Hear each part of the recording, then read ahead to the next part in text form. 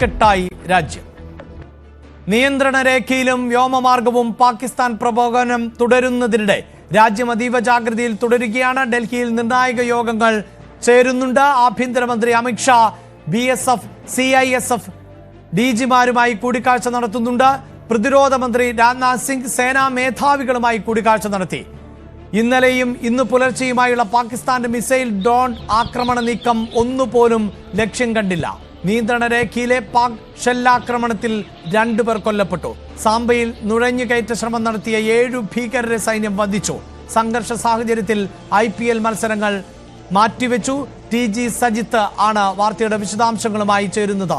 സജിത്ത്, നിർണായകമായ യോഗങ്ങൾ ഇപ്പോൾ പുരോഗമിച്ചുകൊണ്ടിരിക്കുന്നു. അതോടൊപ്പം തന്നെ മണിപ്പൂർ സൈന്യത്തെ കാശ്മീരിലേക്ക് അയക്കുന്നതായുള്ള വിവരവുമുണ്ട്. ആ വിശദാംശങ്ങൾ ER രാഗേഷാണ് നൽകുക. രാഗേഷിലേക്ക് പോകുന്നതിന് മുമ്പ് സജിത്ത്, ഇപ്പോൾ നടന്നിട്ടുള്ള നിർണായകമായ വളരെ പ്രധാനപ്പെട്ട കൂടിക്കാഴ്ചകൾ ഏതൊക്കെ? വളരെ തന്ത്രപ്രധാനമായ ആലോചനകളും നീക്കങ്ങളുമാണ് ഉണ്ടാവുന്നത്. ഇന്നലെ രാത്രിയിലാണ് വലിയ തരത്തിലുള്ള പ്രകോപനം പാകിസ്ഥാനിൽ നിന്നും ഉണ്ടായത്. അതിർത്തി മേഖലയിലെ ഏറെക്കുറെ എല്ലാ മേഖലകളിലേക്കും വലിയ തരത്തിലുള്ള ഷെല്ലാക്രമണമാണ് ഉണ്ടായത്, മിസൈൽ അറ്റാക്കാണ് ഉണ്ടായത്. ഇതിനെയെല്ലാം ഇന്ത്യയുടെ വ്യോമ പ്രതിരോധ സംവിധാനങ്ങൾ ചെറുത്തു തോൽപ്പിച്ചു. ഇന്ന് വെളുപ്പിനെയും അത്തരം ശ്രമങ്ങൾ ഉണ്ടായിട്ടുണ്ട്. ജമ്മു കാശ്മീരിൻ്റെ പല മേഖലകളിലാണ്, ജമ്മുവിൻ്റെ പല മേഖലകളിലുമാണ് അത്തരം ശ്രമങ്ങൾ ഉണ്ടായത്. പക്ഷേ എല്ലാ നീക്കങ്ങളെയും സൈന്യം ചെറുത്തു തോൽപ്പിച്ചു. ഈ പാകിസ്ഥാൻ്റെ ഈ പ്രകോപനം പിന്നീട് സൈന്യം വാർത്താക്കുറിപ്പിലൂടെ വ്യക്തമാക്കുകയും ചെയ്തു. എന്തായാലും നമ്മുടെ എയർ ഡിഫൻസ് സംവിധാനങ്ങൾ അതിശക്തമായി തന്നെ പ്രതിരോധിക്കുകയും ജനങ്ങൾക്ക് അവിടെ സംരക്ഷണം ഒരുക്കുകയുമാണ് ഉണ്ടായത്. നിർണായകമായ കൂടിക്കാഴ്ചകൾ ഡൽഹിയിൽ തുടരുന്നു. അവിടെ അമിത്ഷാ സുരക്ഷാ കാര്യങ്ങൾ വിലയിരുത്തുന്നു. ഒപ്പം തന്നെ പ്രതിരോധ മന്ത്രി രാജ്നാഥ് സിംഗ് സംയുക്ത സേനാ മേധാവിയുമായും 3 സൈന്യ തലവന്മാരുമായുള്ള ആലോചനകൾ നടത്തുകയും ചെയ്യുകയാണ്. ഈ തരത്തിലേക്ക് നിർണായകമായ കൂടിയാലോചനകൾ നടക്കുന്നു. സൈന്യം വൈകിട്ട് വീണ്ടും മാധ്യമങ്ങളെ കാണാനുള്ള സാധ്യതയുമുണ്ട്. അങ്ങനെയെങ്കിൽ എന്താണ് നടന്ന സംഭവങ്ങളിലടക്കം വ്യക്തത വരുത്തുമെന്ന് കരുതാം. ഒപ്പം ഇന്നലെ ഇന്ത്യ നടത്തിയ പ്രത്യാക്രമണം സംബന്ധിച്ച സ്ഥിരീകരിക്കാത്ത റിപ്പോർട്ടുകളിൽ ഒരു വ്യക്തത സൈന്യത്തിന്റെ ഭാഗത്തുനിന്ന് ഉണ്ടാവുകയും ചെയ്യും.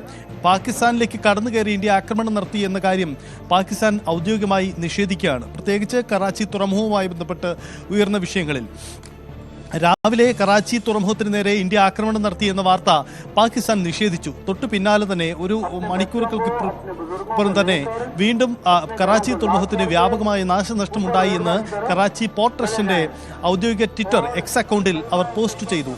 വലിയ നാശനഷ്ടമുണ്ടായി, ഞങ്ങളിത് തിരികെ എത്തിക്കാനുള്ള ശ്രമങ്ങൾ തുടരുകയാണ് എന്നതാണ് അവർ വ്യക്തമാക്കിയ കാര്യം. പക്ഷേ ഈ വാദവും തെറ്റ് എന്നതാണ് പാകിസ്ഥാൻ ഇപ്പോൾ വിശദീകരിക്കുന്നത്. തങ്ങളുടെ Twitter account, X account hack ചെയ്യപ്പെട്ടു എന്നതാണ് അവർ ഉന്നയിക്കുന്ന വാദം. അതുകൊണ്ട് തന്നെ ഇക്കാര്യം പാകിസ്ഥാൻ പിന്നീട് നിഷേധിക്കുകയാണ് സാഹചര്യമാണ് ഉണ്ടായത്.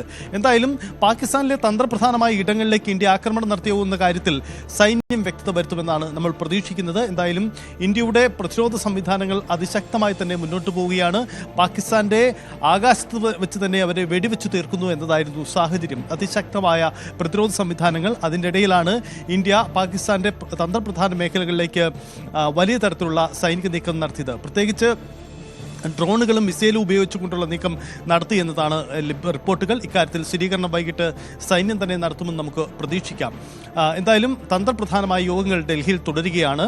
ഡൽഹിയിൽ ആഭ്യന്തരമന്ത്രി അമിത്ഷാ യോഗം വിളിച്ചിരിക്കുന്നു. സുരക്ഷാ കാര്യങ്ങളുടെ സാഹചര്യങ്ങൾ വിലയിരുത്തുന്നു. ഓരോ സംസ്ഥാനങ്ങളും അതിർത്തി സംസ്ഥാനങ്ങളുമായിട്ടുള്ള നേരിട്ടുള്ള ആശയവിനിമയങ്ങൾ നടക്കുന്നുണ്ട്. ഒപ്പം തന്നെ ജമ്മു കാശ്മീരിലെ ലഫ്റ്റനന്റ് ഗവർണർ അടക്കമുള്ളവർ അവിടുത്തെ സുരക്ഷാ സാഹചര്യങ്ങളും പരിശോധിക്കുന്നു. വളരെ നിർണായകമായ യോഗങ്ങൾ ആണ് ഇപ്പോൾ പുരോഗമിച്ചുകൊണ്ടിരിക്കുന്നത്. പ്രത്യേകിച്ച് ആഭ്യന്തരമന്ത്രി അമിത്ഷായുടെ നേതൃത്വത്തിൽ സുരക്ഷാ ഉപദേഷ്ടാവ് അജിത് ഡോവലിന്റെ സാന്നിധ്യത്തിൽ ആണ് അർദ്ധസൈനിക വിഭാഗങ്ങളുടെ മേധാവികളുമായുള്ള കൂടിക്കാഴ്ച നടക്കുന്നത്. അതോടൊപ്പം നേരത്തെ ആഭ്യന്തരമന്ത്രി രാജ്നാഥ് സിംഗിന്റെ നേതൃത്വത്തിൽ ആയിരുന്നു സൈനിക മേധാവികളുമായുള്ള കൂടിക്കാഴ്ച നടന്നത്. യോഗത്തിൽ സംയുക്ത സൈനിക മേധാവി അടക്കം പങ്കെടുക്കുകയും ചെയ്യുന്ന സാഹചര്യം, പിന്നീട് പ്രധാനമന്ത്രി അടക്കം ഇപ്പോഴത്തെ സാഹചര്യങ്ങൾ വിശദീകരിക്കുകയും ചെയ്തിട്ടുണ്ട്. അതേസമയം മറ്റൊരു വിവരമുള്ളത്, മണിപ്പൂരിൽ വിന്യസിച്ചിരുന്ന സൈന്യത്തെ കശ്മീരിലേക്ക് നീക്കുന്നു എന്നുള്ളതാണ്. ER രാഗേഷാണ് ആ വാർത്തയുടെ വിശദാംശങ്ങളുമായി നമ്മളോടൊപ്പം ചേരുന്നത്. രാഗേഷ്, കുക്കി മെയ്തൈ വിഭാഗങ്ങൾ തമ്മിലുള്ള സംഘർഷത്തിന്റെ പശ്ചാത്തലത്തിലായിരുന്നു മണിപ്പൂരിൽ സൈന്യത്തെ അധികമായി വിന്യസിച്ചിരുന്നത്. പക്ഷേ ഇപ്പോഴിതാ ഒരു അടിയന്തര സാഹചര്യത്തിലേക്ക് രാജ്യം പോകുന്നു. പ്രത്യേകിച്ച് കശ്മീർ മേഖലയിലേക്ക് അടക്കം കൂടുതൽ സൈന്യത്തിന്റെ ആവശ്യകതയുണ്ട് എന്നാണ് മനസ്സിലാക്കുന്നത്. എന്താണ് വിവരങ്ങൾ? बाकी जो आप मोटे मोटे पॉइंट था, बाकी जो है ना वो हाल में देखो, वो हाल में देखो। വളരെ നിർണായകമായ യോഗങ്ങളാണ് ഒരു ഭാഗത്ത് പുരോഗമിച്ചുകൊണ്ടിരിക്കുന്നത്. ഒപ്പം നിർണായകമാകുന്ന സൈനിക നീക്കങ്ങൾക്കും ഇന്ത്യ തയ്യാറെടുക്കുന്നു എന്നുള്ളതാണ്. ഇന്നലെ പാകിസ്ഥാന്റെ തന്ത്രപ്രധാന കേന്ദ്രങ്ങളിലടക്കം വലിയ തോതിലുള്ള ആക്രമണം ഇന്ത്യ നടത്തിയിരുന്നതാണ്. ഇപ്പോഴിതാ മണിപ്പൂരിൽ നിന്നുള്ള സേനാ വിഭാഗങ്ങളെ മാറ്റുന്നു, അത് കശ്മീരിലേക്ക് എന്ന റിപ്പോർട്ടുകളാണ് പുറത്തുവരുന്നത്. നമുക്കറിയാം, മണിപ്പൂരിലെ സംഘർഷങ്ങളുടെ പശ്ചാത്തലത്തിൽ കൂക്കി മെയ്തേ വിഭാഗങ്ങൾ തമ്മിലുള്ള സംഘർഷങ്ങളുടെ പശ്ചാത്തലത്തിലായിരുന്നു അവിടെ സൈന്യത്തെ അധികമായി വിന്യസിച്ചിരുന്നത്. രാകേഷ്, ആ സൈന്യത്തെ അടക്കം ഇപ്പോൾ പിൻവലിച്ച് കശ്മീരിലേക്ക് നീക്കം എന്ന സൂചനകളാണല്ലോ പുറത്തു വരുന്നത്. അതായത് കൂടുതൽ സൈനിക ശേഷി ആവശ്യമാകുന്നു പ്രതിരോധിക്കാൻ എന്നാണോ ബോധ്യപ്പെടുന്നത്? അഭിലാഷ്, ഇപ്പോൾ ആഭ്യന്തരമന്ത്രി CSF മേധാവിമാരുമായും BSF മേധാവിയുമായും കൂടിക്കാഴ്ച നടത്തുകയാണ്. സാധാരണഗതിയിൽ BSF ആണ് അന്താരാഷ്ട്ര അതിർത്തി കാക്കുന്നത്. അന്താരാഷ്ട്ര അതിർത്തി ഒപ്പം CSFന് നിലവിലുള്ള സുരക്ഷാ ചുമതല എന്ന് പറയുന്നത് വിമാനത്താവളങ്ങളുടെ സുരക്ഷാ ചുമതലയാണ്. ജമ്മുവിലെ അടക്കം ചില ജയിലുകളുടെ ചുമതലയും CSFനുണ്ട്. അപ്പോൾ ഈ ഒരു സാഹചര്യത്തിൽ പാകിസ്ഥാൻ പ്രത്യേകിച്ച് ഇന്ത്യയിലെ പ്രധാനപ്പെട്ട കേന്ദ്രങ്ങൾ ലക്ഷ്യം വെക്കുന്നു. പ്രത്യേകിച്ച് സൈനിക താവളങ്ങൾ, വിമാനത്താവളങ്ങൾ, റെയിൽവേ സ്റ്റേഷനുകൾ തുടങ്ങിയവയാണ് ലക്ഷ്യം വെക്കുന്നത്. ജമ്മുവിലടക്കം ഇന്നലെ രാത്രി അത്തരമൊരു നീക്കമാണ് കണ്ടത്.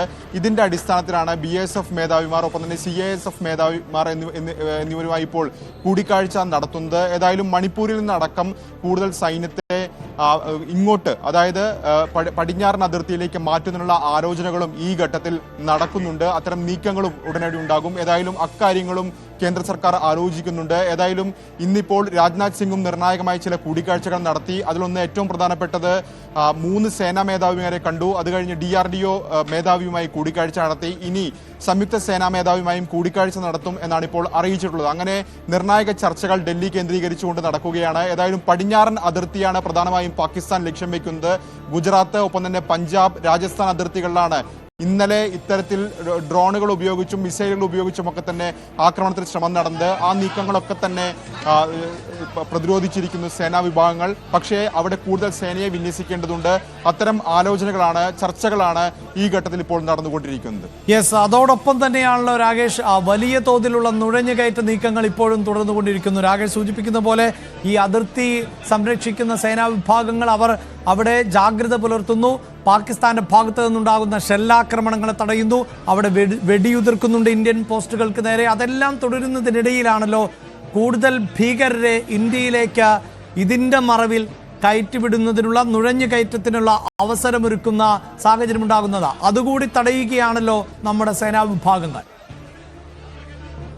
അതെ അഭിലാഷ്, സാംബ സെക്ടറിലാണ് നുഴഞ്ഞുകയറ്റ ശ്രമം ഉണ്ടായതും അത് പരാജയപ്പെടുത്തിയതും സേനാ വിഭാഗങ്ങൾ. കാരണം പുലർച്ചെയും അല്ലെങ്കിൽ ഇന്നലെ രാത്രി ഏതാണ്ട് 11 മണിക്ക് ശേഷമാണ് ഇത്തരമൊരു നീക്കം ജെയ്ഷെ മുഹമ്മദ് ഭീകരരുടെ ഭാഗത്തുനിന്നുണ്ടായത്. സാധാരണഗതിയിൽ ഇത് പതിവാണ്. കാരണം അതിർത്തിയിൽ തുടർച്ചയായി വെടിനിർത്തൽ കരാർ ലംഘനം നടക്കുമ്പോൾ സേനാ വിഭാഗങ്ങളുടെ ശ്രദ്ധ അങ്ങോട്ട് പോകും.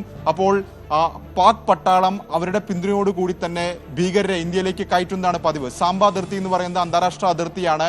ഇപ്പോൾ പഹൽഗാമിൽ ആക്രമണം നടത്തിയ ഭീകരർ വന്നു എന്ന് രഹസ്യാന്വേഷണ വിഭാഗം സംശയിക്കുന്നത് പോലും സാംബ അതിർത്തി വഴിയാണ്. അവർ 1.5 വർഷം മുമ്പാണ് അവിടെ ആക്രമണം നടത്തിയത്.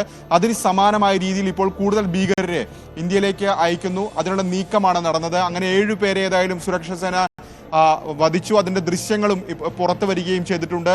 അങ്ങനെ ഒരു വലിയ നീക്കം സേനാ വിഭാഗങ്ങളെ സംബന്ധിച്ച് വലിയ നേട്ടമാണ് ഉണ്ടായിട്ടുള്ളത്. കാരണം ഇത്തരം ആളുകൾ ഭീകരരാണ് പിന്നീട് ഇന്ത്യയിൽ ഇത്തരത്തിൽ ആക്രമണങ്ങൾ നടത്താറുള്ളത്. ഏതായാലും ആ നീക്കം ഇപ്പോൾ ചെറുത്തിരിക്കുകയാണ്. പക്ഷേ അതിർത്തി അശാന്തമാണ്. പ്രത്യേകിച്ച് നിയന്ത്രണ രേഖയിലാണ് വലിയ രീതിയിൽ വെടിനിർത്തൽ കരാർ ലംഘനം നടക്കുന്നത്. അത് പ്രധാനമായും ഉറി സെക്ടറിലും പൂഞ്ച് സെക്ടറിലും വടക്കൻ കശ്മീരിലെ കുപ്വാരയിലും സമാനമായ സാഹചര്യം തുടരുന്നുണ്ട്. ബാരാമുള്ളയിൽ പെടുന്ന ഉറി സെക്ടറിലാണ് ഇന്ന് ഒരു മരണം സ്ഥിരീകരിച്ചിരിക്കുന്നത്. അവിടെ ബങ്കറിലാണ് അവർ കഴിഞ്ഞിരുന്നത് കുടുംബാംഗങ്ങളുമൊത്ത്. അവിടെ നിന്ന് ബന്ധുവിന്റെ വീട്ടിലേക്ക് ഏതാണ്ട് ബാരാമുള്ളയിലേക്ക് ഉറിയിൽ നിന്ന് ഏതാണ്ട് 49 കിലോമീറ്റർ ദൂരമുണ്ട്. അപ്പോൾ ബങ്കറുകളിൽ കഴിയുന്ന ഇനി സുരക്ഷിതമല്ല എന്ന് തിരിച്ചറിഞ്ഞുകൊണ്ട് തന്നെ അവർ വീട്ടിലേക്ക് പോകാനായി വാഹനത്തിൽ പോകുമ്പോഴാണ് ഇത്തരത്തിൽ ആക്രമണം ഉണ്ടായത്. 6 പേര് ആ വാഹനത്തിൽ ഉണ്ടായിരുന്നു. അതിൽ ഒരാൾ കൊല്ലപ്പെട്ടു. മറ്റൊരു ആക്രമണം ഉണ്ടായത് പൂഞ്ച് സെക്ടറിലാണ്. അവിടെയും സമാനമായ രീതിയിൽ ഷെല്ലാക്രമണത്തിൽ തന്നെയാണ് കൊല്ലപ്പെട്ടിരിക്കുന്നത്. അപ്പോൾ കഴിഞ്ഞ